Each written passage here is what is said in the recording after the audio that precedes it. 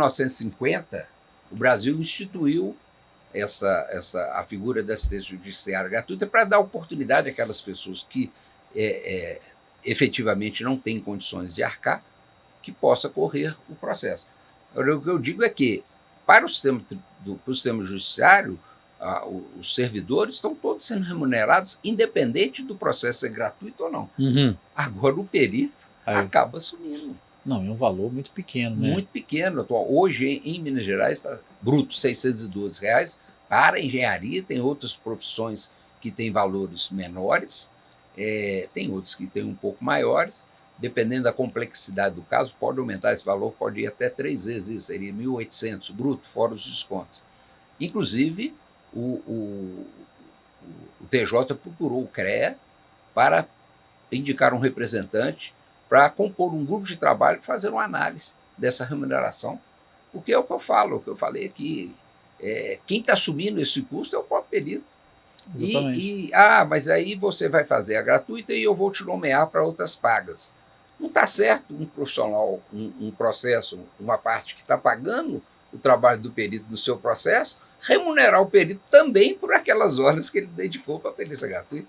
Né? Então, efetivamente, é uma coisa que tem que ser melhorada e é uma dor que o TJ tem e que tomara que consiga achar um bom termo para essa solução. E que bom, né, que já tem esse grupo de trabalho para poder discutir isso. É uma perspectiva bastante positiva.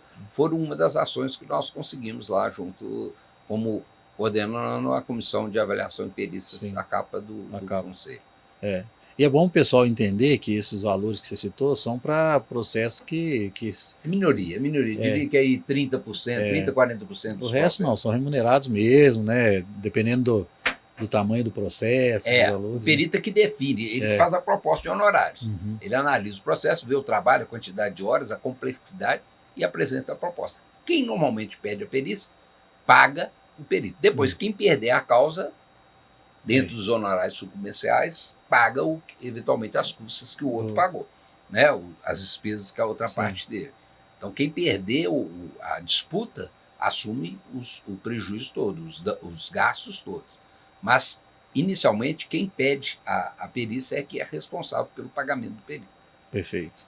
E você, Arthur, tem alguma história marcante, técnica humana, assim, envolvida no seu trabalho, com veículos pesados, com o Detran? Tem alguma história que é legal contar assim pro pessoal? Ou que seja bizarra também, né? Às vezes.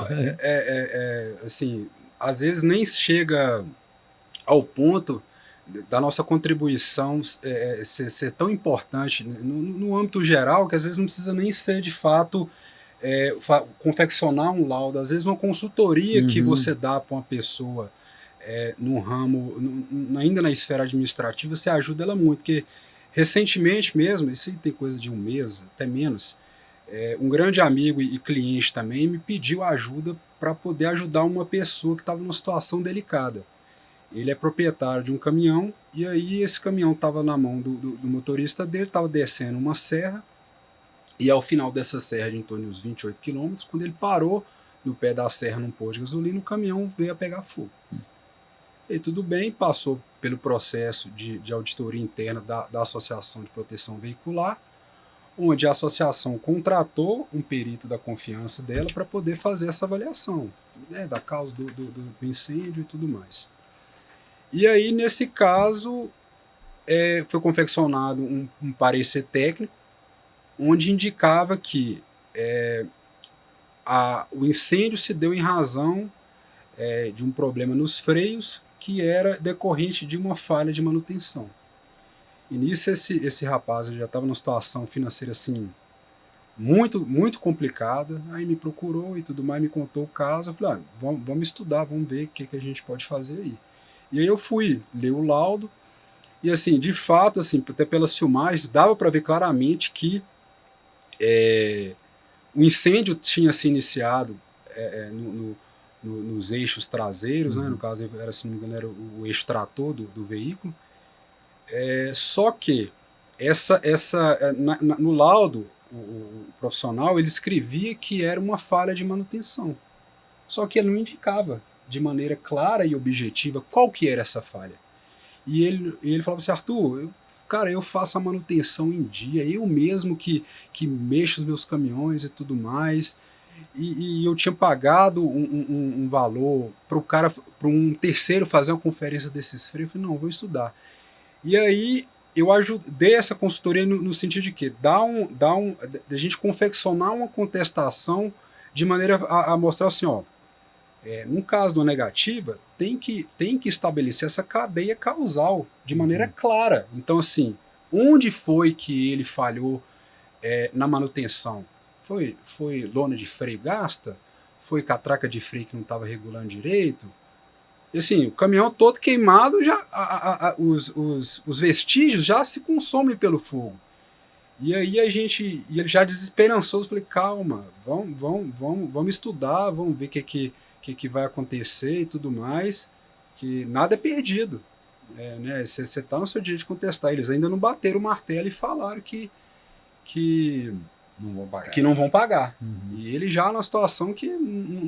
Inclusive, esse cliente que me indicou, ele já tinha saído dessa associação já porque ele não estava aguentando pagar. Então, ele já vinha de uma situação muito complicada. E eu vi que era uma pessoa muito correta. Assim, às vezes, você tem aquele feeling na hora de conversar com a pessoa, você sabe qual que é o caráter da pessoa.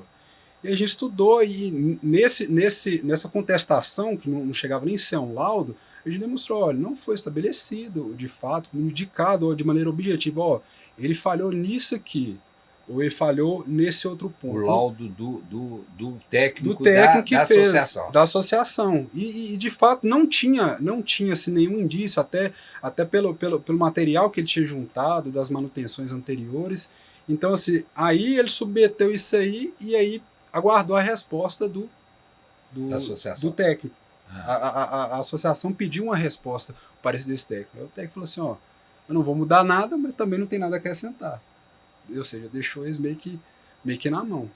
Aí ele ainda naquela, nós estamos avaliando, eu falei, calma que no final das contas eles resolveram indenizá-lo.